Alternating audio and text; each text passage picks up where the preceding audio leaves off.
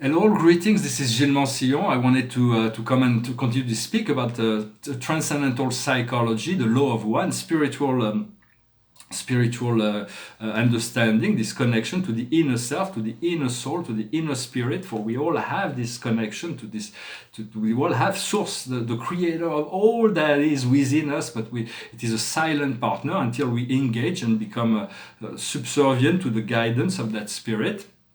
For we want eventually this I am presence, the sword adjuster, the mystery monitor, this divine prepersonal spirit of God that indwells us, to become to take command of the vision, to take command of our timeline, to take command of our life.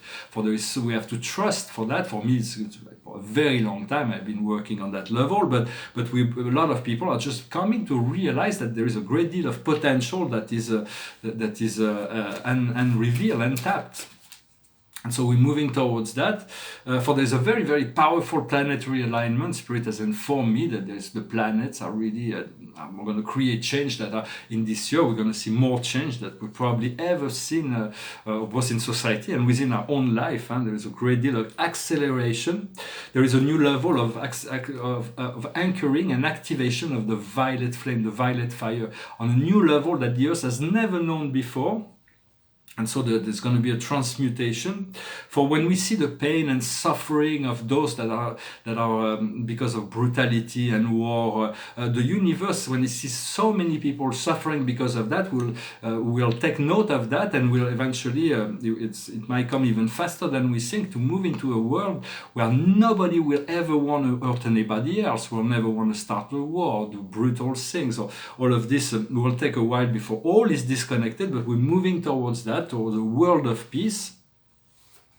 And we have to also allow the change every day. What brings us joy yesterday may not be what we need to find in joy today. What was a challenge yesterday may not be the challenge of today. It's about being able to stay open, to receive each and every day new knowledge, new understanding, and realizing that our soul and spirit are a very strict line into which we are guided. And we were created to create. We were not created to suffer because of the creation of others. For the government have put enslavement on people, but the people are awakening, and we're going to be free of that, and we're going to create government that really serves the people without that will lead them to freedom. For freedom comes from regaining our own inner power. And we're getting a new sense of new possibilities. I'm going to pull a few cards with the Akash.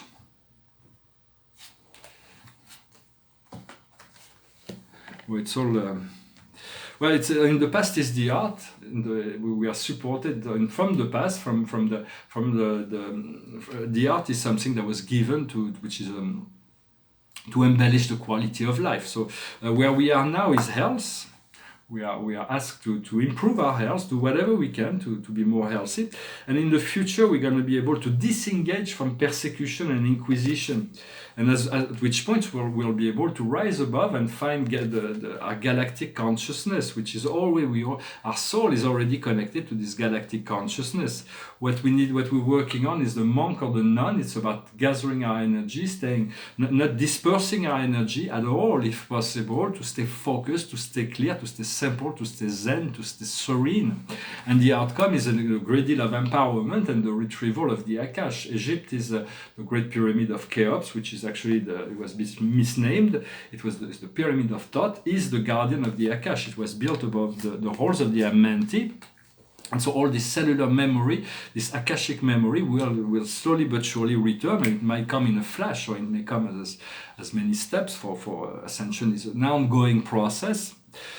And so we're going to be moving from babyhood to adulthood, like from playing in a sandbox to doing the best jumping. So it's like it's not going to take all that long for us to be fully in our spiritual power. So be ready. For the energy will continue to accelerate for the next 200 years.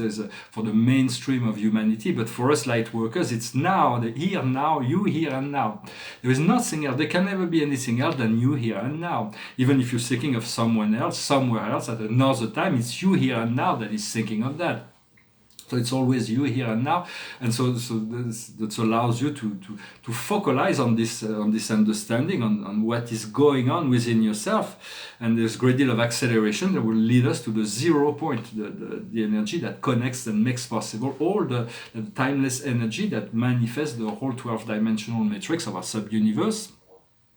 For we're working to cultivating the higher light. For most people have light, but they have lower light, and so we want to raise our quality of our light. There is always new level of light to integrate. The light there is always light is information. The more light we have, for light invade the whole space. And when the sun rises, it brings all of that which is going on within the day.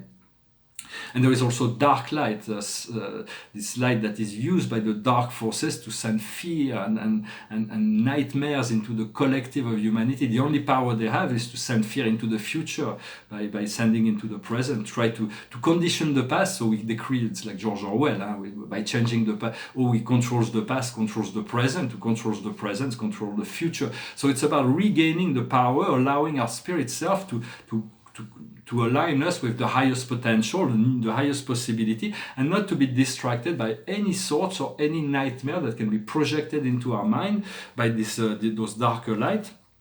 I also understand that God understands me a lot better than I do. Sometimes I could doubt myself, but God does not. This connection, my I am presence, is always in the position of the highest good, of the highest wisdom. I also wanted to say I wanted to say yesterday. I think I saluted the successful Brexit of the United Kingdom, but there is a division over there. For Scotland may want to create a cessation in order to stay in the European Union, and I'm not pro-Brexit or against Brexit. I'm not even English, so I don't have that choice. But I just wanted to say that this was a democratic decision that was taken, and so it is important that we respect the will of the people in democracy. That's what I wasn't trying to promote Brexit, but it is really what's happening, and everything will be fine. We're still living on this one planet, no matter what our institution or whatever. Soon we won't even need institution because we'll be able to self-regulate. As individual, as group, as a collective, and then we'll eventually come into this understanding of the one universal family. For behind me, the paintings, this is a painting that represents symbolically the grand universe. The grand universe is the first level of manifest. It's where we live in. It's the level of manifestation of supremacy. For beyond that, the research of ultimacy. The universe will continue to grow and expand to the infinite. When we look through the telescope, we can see the universe is extremely big. There is extremely big, but it's very small and very young in relationship to what it's going to become. For there is concentric rings around paradise that get thicker and larger. Right now we're only on the second level there is 4 levels that gets bigger and bigger. So it's all in the process of mobilization of those energies for future manifestation of future universe. And here the grand universe is actually the symbolic reality. At the center there is the Isle of Paradise. The Isle of Paradise is the only cosmic body that's still, that never moves. Everything moves in relationship to it. Paradise is the home of God, and it's the origin and destiny of all created personality, although not everybody is destined to return there right away. There may be long ways for some people that have timelines through time and space, but eventually there is no place to go, no other place to go, and no other place to come from. And so surrounded paradise, there is 3 circuits of planets, 21 satellites, 3 concentric circuits, the 7 sacred sphere of the Father, the 7 shiny orbs of the Sun, and the 7 orbs of the master spirits. And then it's surrounded by 7 circuits of planetary bodies that are called the central universe, Avona, that's an ultimate universe that was created always has been. Paradise and Avona always have been. It's like there is a sequence of events that is taught in order to understand the relationship between deities and reality. But when we get there, but here it is an ultimate universe. That's not an evolutionary universe that serves as a model, and it's surrounded by two two circuits of dark gravity bodies that will always protect this universe and never be visible from space or accessible even. So we have to qualify it through going through the inner circles, and so and then it's surrounded by seven. So everything goes in the clockwise, and the seven super universe go counterclockwise around paradise, and we live in the seven super universe. So that's galactic families. And the Milky Way is at the center of the seven super universe. So it's the third painting I did on that subject, and this is a painting about collective understanding and reality. For it is a spiral that's white, silver, and blue, and there is many there is those spheres that are populating the painting. It's about all spheres of symbolistic of individualized consciousness, but in this painting they all fuse and merge into one, into the light. This will eventually frame in white. And so I just thought I'd come and say hello, deliver a message. I hope you find this interesting. I'm going to sing a song. It's an old song, just to finish in music. It's a song of John Newton called Amazing Grace. Amazing grace, how sweet the sound that saved a wretch like me. I once was lost, but now I am found.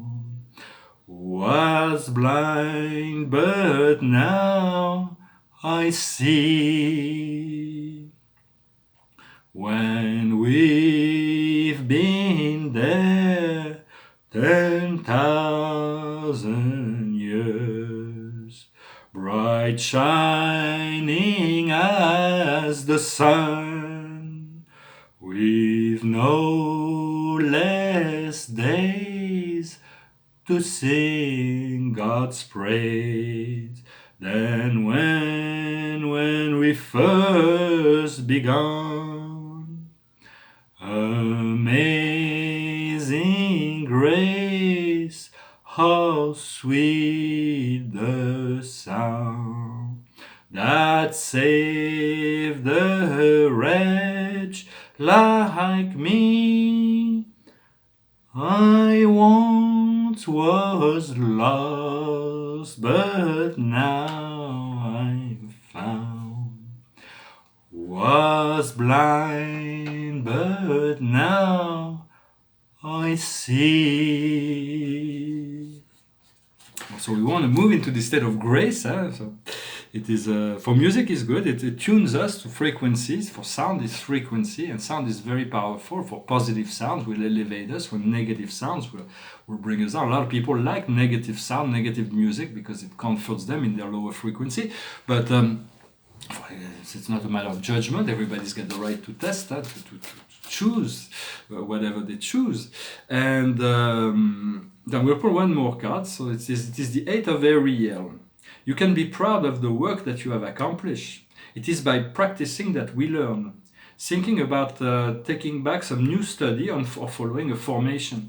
So it's about continuing to grow and accepting yourself as a magnificent beings that have learned so much and that is beloved by God and the whole company of heaven. Remember that. Never forget that. Never put yourself down. Be the coach. Be the support. Create your own support systems within yourself and connect to your guides, for they are here to assist you as long as they can be recognized, for they don't need to be recognized, but by recognizing them, they can interact with you and assist you in so many more ways. For all that is coming back into the picture. And so I wish you a wonderful day. Thank you very much, and I'll talk to you later. Namaste.